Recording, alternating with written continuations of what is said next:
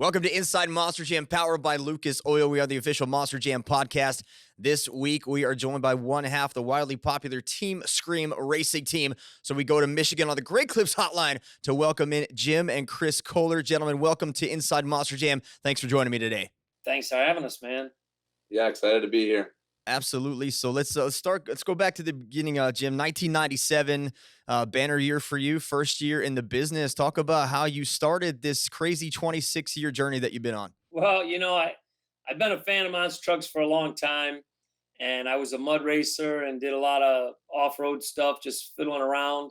And I was at a lot of shows where I seen monster trucks, and I said, these guys are where it's at. They're the heroes. They're making the money. They're doing awesome. Everybody wants to see them. Everybody wants their autograph.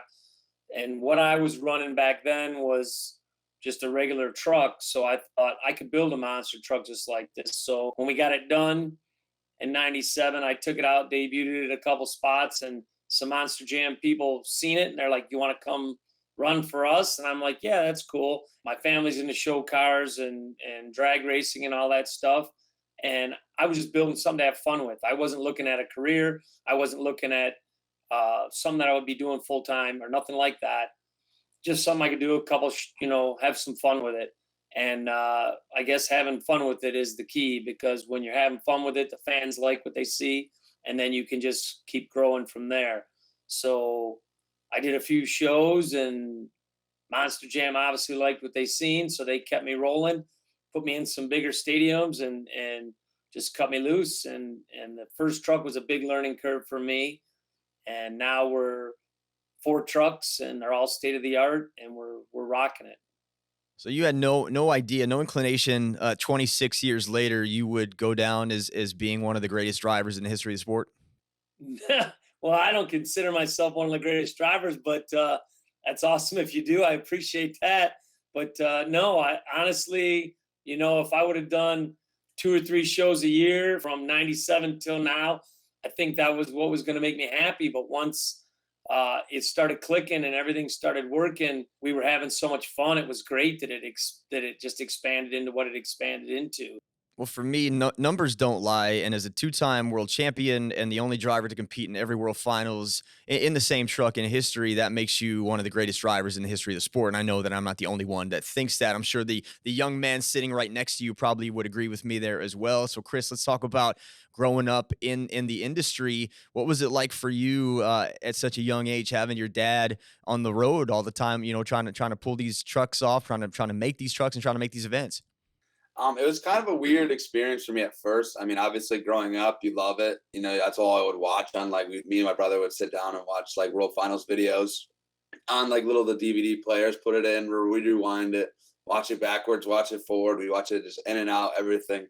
We're crazy about it. But since he's been doing it for 26 years before I was even born, it kind of became just like normal to me. Well, I didn't realize like what it really was. It's kind of like, this is his normal job. This is normal life. So I think in like the early teenage years, I kind of didn't really honestly care for it. I think I kind of grew away from it a little bit, was liked being the thought of like a police officer and stuff. And then I think 16 or 17, it clicked. I was like, what are you doing? Like, this is amazing, and then I started going more, helping out more, and 18 started driving, doing a little bit here and there, independent stuff, and then the rest is really history. I guess here we are now. Well, there currently isn't any type of police car truck in the sport, so maybe we could tie both of those together at some point in time and just police truck. Talk a little bit, Chris. Just I know as a dad that travels a lot for a living, I know it's a sacrifice, Jim, that you had to make for Chris. But Chris, when your dad was gone on the weekends, you said it was sort of a regular thing for you. Were you ever able to go out with him and do some of these events? Yeah, quite a bit. I mean, when I was younger, I would go out a ton, but I wasn't really of much help because I was so little. But it was cool to go out and watch and hang out and kind of just get a feel for the whole thing. And then, like, once I got back into it around 16 and all that, I was all hands on. I mean, I was doing everything I could, from little work to big work, everything I knew, kind of learning from there because, they're super simple trucks once you boil it down, but to learn everything that's on it it takes quite a while. Yeah, I think the hardest part when they were younger was really on my wife having to tote the kids around to all the shows and keep an eye on them. Because when you're running, obviously kids under 18 aren't allowed in the pits. So someone has to take them to the stands. Someone has to take care of them. Someone has to do all that stuff.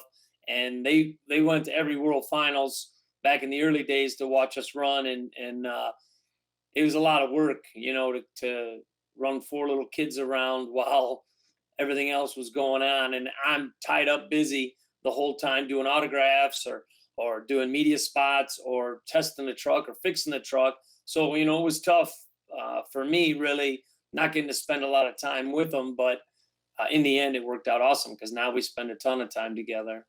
We were pretty wild kids too. Pretty hard to they were pretty hard to wrangle. They were pretty out of control. But that just goes with being my kids, I would imagine. Always. Well, the spouses are always the unsung heroes of Monster Jam. Stay right where you are. We'll be right back with more of Jim and Chris Koehler next on Inside Monster Jam, powered by Lucas Oil.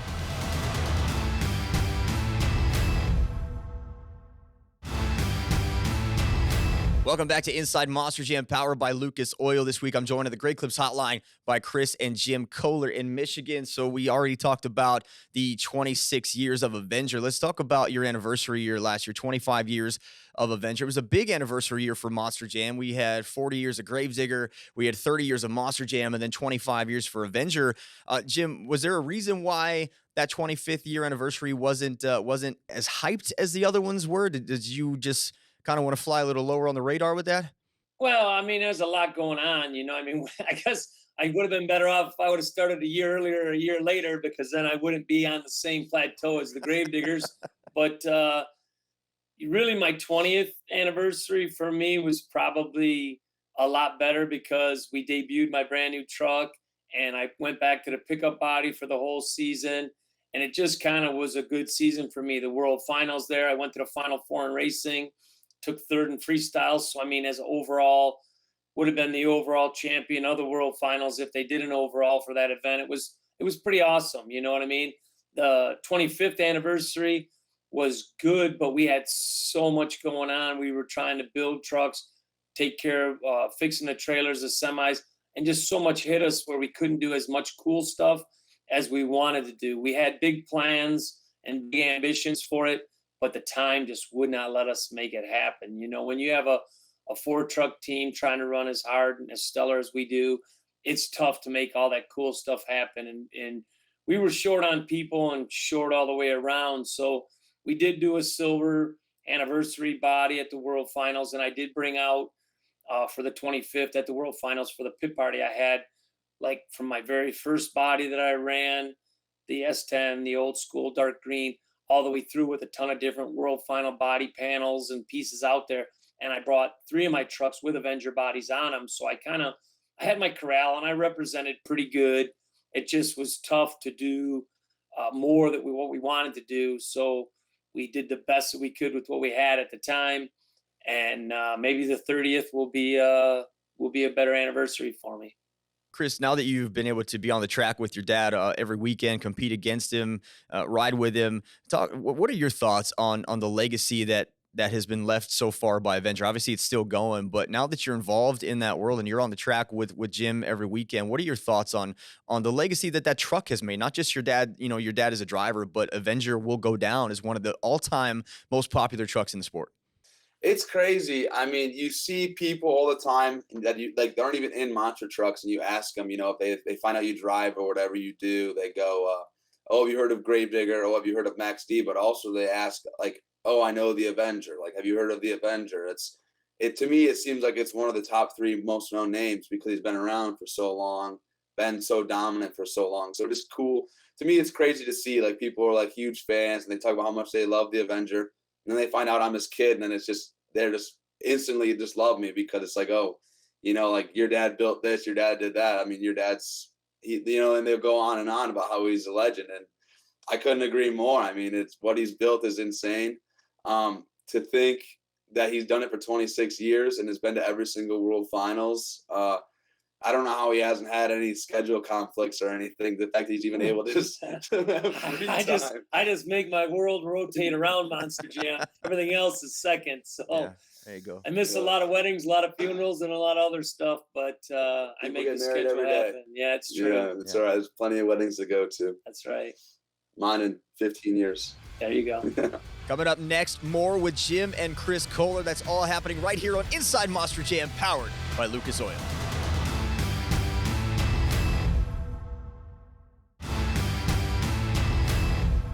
Welcome back to Inside Monster Jam, powered by Lucas Oil. Today we're joined on the Great Clips Hotline by Jim and Chris Koehler. Let's talk about Team Scream. Not only are you two members, but you also have Joe Foley and Corey Rummel. Jim, I know Corey's been with you for a long time. Talk about Corey's presence as a part of the team, not only as a driver, but a technician as well. Well, the nice thing about Corey is when he came to the team, he was working for other teams, and he had some talents and some knowledge. And he brought stuff to the team that helped us move to the next level. You know, he pushed to get us to build new chassis.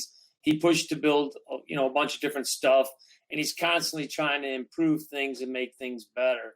So for me, it was awesome when he joined the team. We built his new chassis because he was actually driving the oldest chassis we had, and he really wanted to push to get a new one.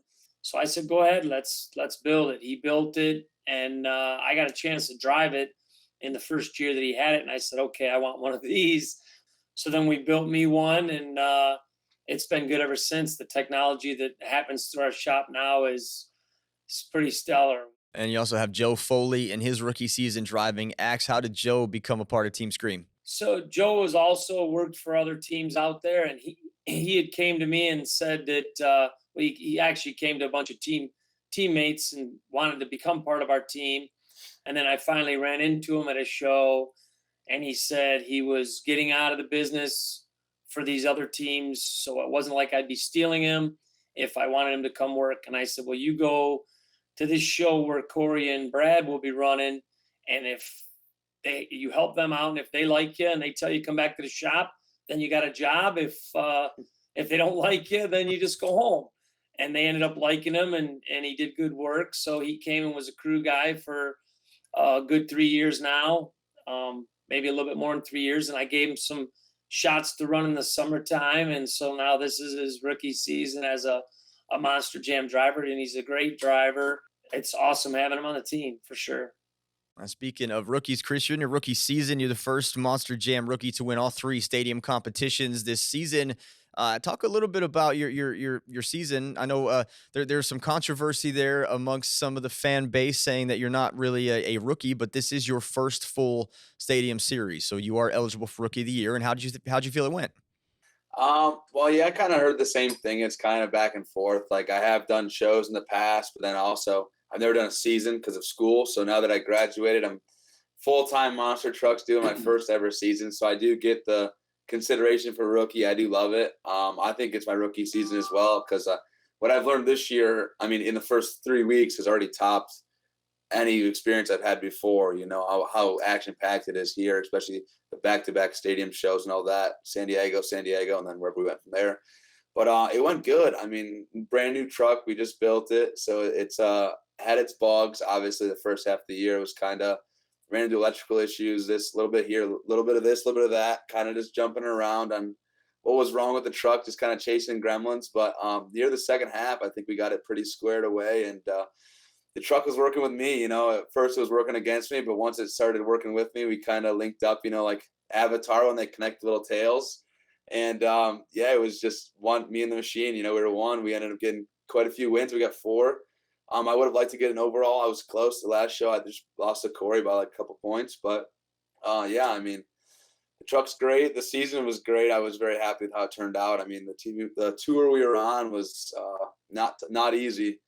It was pretty insane. All the drivers we had. I mean, the amount of talent, and that tour alone it's pretty insane. So to get 4, yeah, to get 4 out of that, it's no small feat. Do you feel that you've done enough to win Rookie of the Year? It's tough to say. I mean, I've looked at the other people that are in consideration for the rookie, and they've done a lot as well. So I think I have. I mean, it's definitely been a very good year for me in terms of wins and just overall consistency. But I mean, it never really is. Sometimes people win the Rookie of the Year that you wouldn't expect it, and then some people don't that you think deserve it. So you never really do know. I wouldn't walk around telling everybody I'm Rookie of the Year until I have the actual trophy. But, you know, I'd like to think that I have it pretty sealed. Yeah, it's hard to keep an eye on all them rookies, man, that are out there. And there's a lot of talent in the rookie field that it's hard to keep an eye on what they're doing and how they're, you know, presenting themselves in the field. So you never know how that works. Yeah, but Chris, you're the only rookie in Monster Jam that can say you beat your dad as well as Ryan Anderson and Tyler Menega in the same night. So I think that should at least give you a little push there. Yeah, well, not in racing. Not in Not racing. in racing. His racing. His Yeah. racing against me. He has not beat me once in racing. 0-4 on him. He did win a racing at Monster Jam at a show, but he didn't race me to get there. Yeah. Well, that was going to nope. be my next question for you, Jim. How does that make you feel that you still have something to hold over your son's head that he still can't take you in a one-on-one racing matchup? Right now it's awesome because he did awesome. I'm proud either way. You know what I mean? When I line up against my teammates, whether it's Corey, Joe, or Chris, I'm happy that one of the team is moving on to the next round. So it takes the pressure off. I feel like I want to run them harder than I do anybody else. But at the same time, I'm relaxed because the outcome of the race is still a win for the team. Chris, any World Finals aspirations for you? Do you feel like you've done enough as a rookie to get invited to Nashville? That's a tough one too. I mean, there's so much more in play than just how you perform.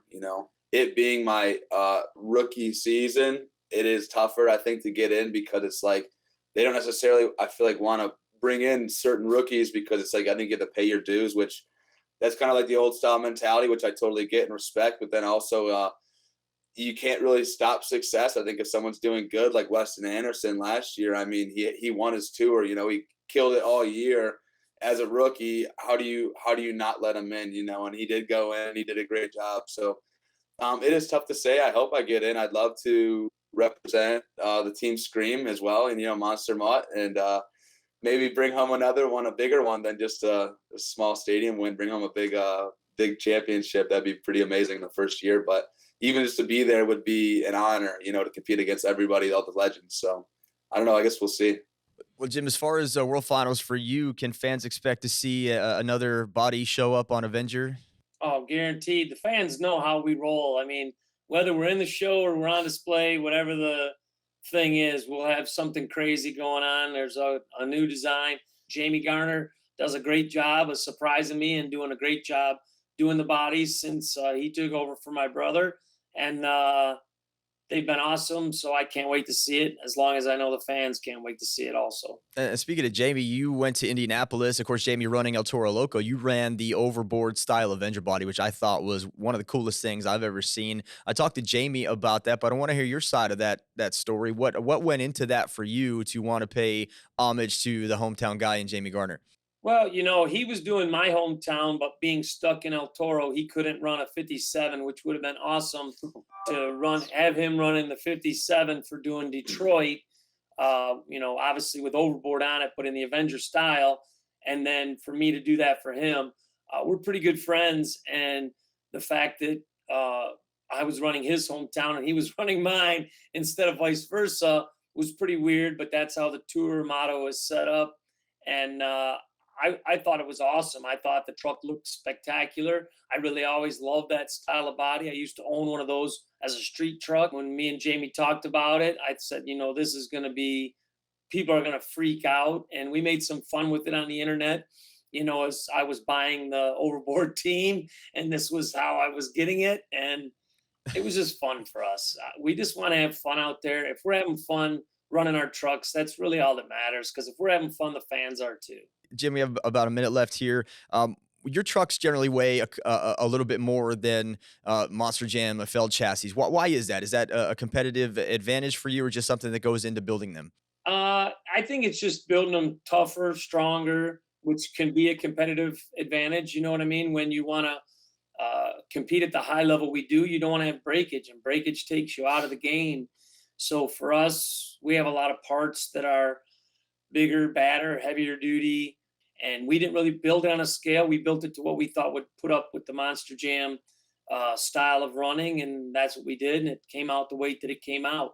And it can still jump as high as every other truck out there. And it can still do everything else as every truck out there. Sometimes higher. Yeah. So, I mean, I don't see any downside to it at all.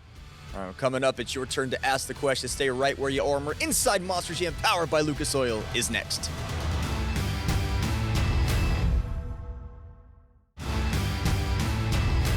Welcome back to Inside Monster Jam, powered by Lucas Oil. I'm joined by Jim and Chris Koehler, and each week you can get involved in the conversation and stay in the show by asking your questions at Instagram, Scott Jordan MJSX. Up first for Jim, this comes from Pablo Comics. He wants to know, what is your favorite World Finals paint scheme and why? So my favorite one is the old rusty blue with the green fender. I just think it's awesome. I mean, that's my style of vehicle. You find a junkyard find like that, and that's what we call it, was a junkyard body.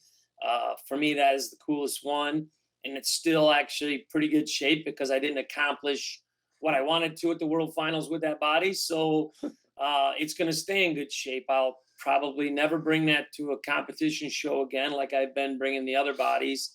I might show it off, at a car show or something like that. But it is a truly awesome body. Jamie and his crew outdid themselves with the realistic looking rust, and it's all airbrushed. It's not a wrap. This is all times taken, just airbrushing. It's awesome.